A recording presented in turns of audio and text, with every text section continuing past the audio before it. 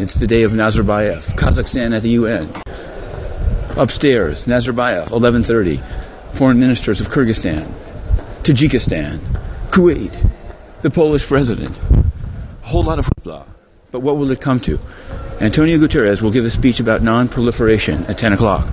Antonio Guterres, who has Intercity Press, this is where it cut off, so I wanted to relaunch, exclusively reported yesterday, will be to the Olympics. In fact, and this is the exclusive part, one of the exclusive parts, that's why, under Jeffrey Feltman, the Department of Political Affairs allowed in as a junior political officer the son of a major Workers' Party official to try to build those bridges so that Big Tony, can have his big moment in North Korea. Interestingly enough, whereas some previous U.S. administrations might have tried to block it, these guys, they say, try what you will, because we'll do what we want. There's also, check this out, hey, one-on-one, DPI, OD, 11 a.m., Jane Connor. Now, we witnessed just now a Kazakh mission individual whose card worked to open the UNCA Club. So the UNCA Club, the journalist group, has given itself over to the Kazakh mission. This is totally inappropriate, regardless of what mission it is. It's a supposedly a journalistical group. Anything for access, anything to appear to be on the inside. But will they do it with Equatorial Guinea? I don't think so. I think it was a bad idea. It was done because a former president of the group was so in with the Italian mission that he could get them to serve espresso, but where's it all headed? Here's the ambassador of Equatorial Guinea. Will he be serving breakfast treats with the journalists? If they're even-handed, they should. There he goes. There was a coup. There was a reported coup that took place. Mercenaries. No one will say a word to him, except the tall guy. Nice hat.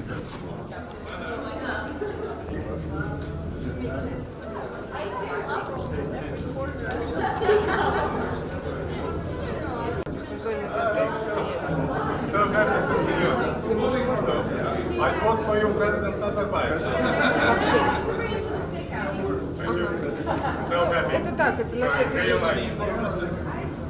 The French ambassador.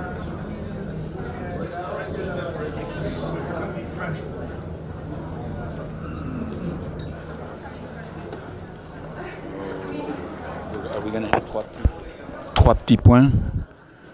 J'espère que non.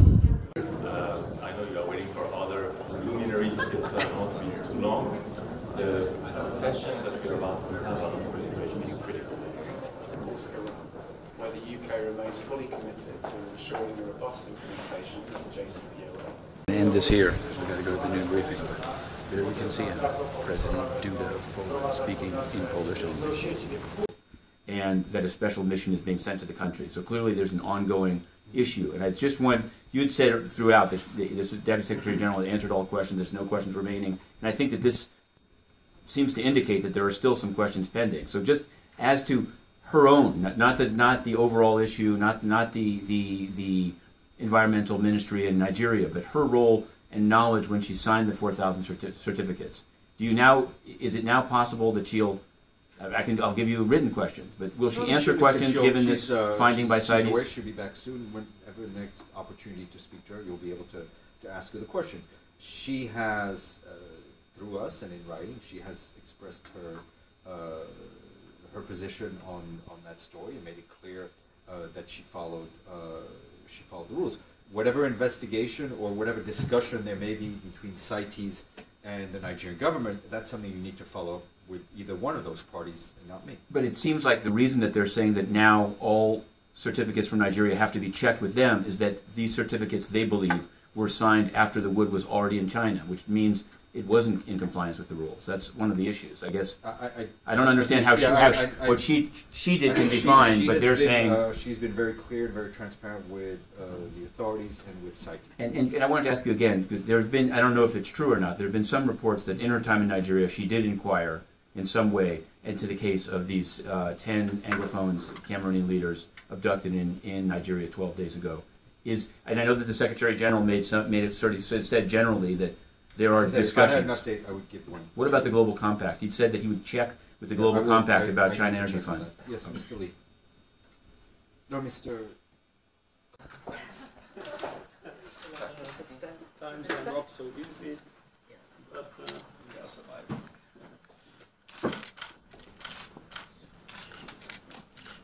Please.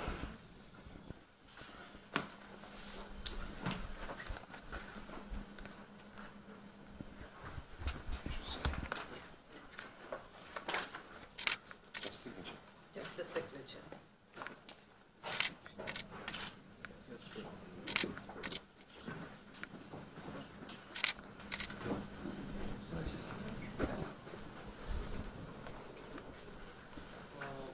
Delighted with us. I had several visits to Kyrgyzstan in the past, and I feel a very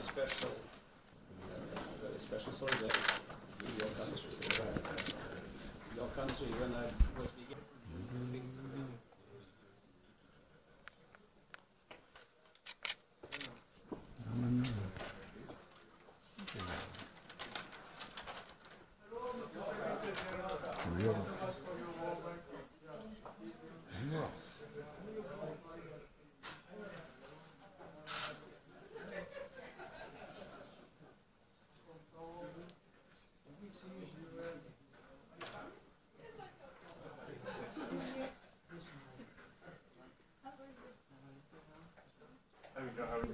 This must be a very busy time. Well, it's all the time busy, so. Okay. Thank you. Please, okay, thank you. Yes, and it was for your signature. I see, for my signature, before we begin the meeting. Just name, sign my name.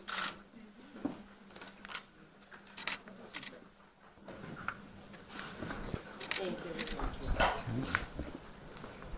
Very much welcome. Knows quite well this house. So I presume you have all the information that is relevant.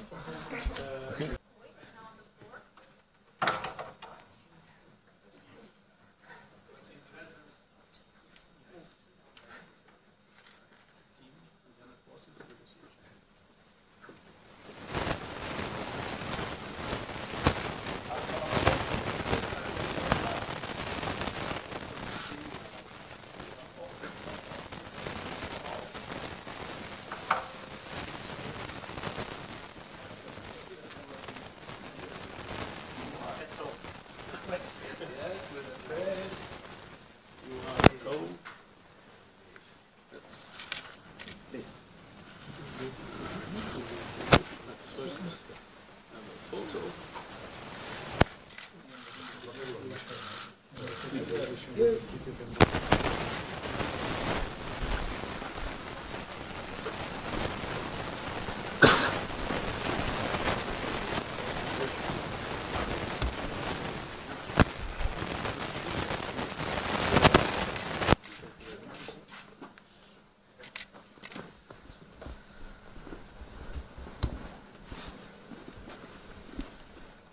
It's an enormous pleasure to see you here.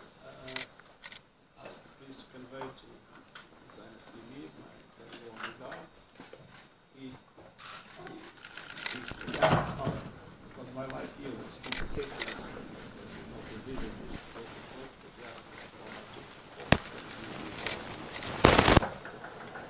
so changed, totally changed everything. After Antonio Guterres said that he would check on the continued membership in the UN Global Compact of the beneficiary of the bribery scheme exposed.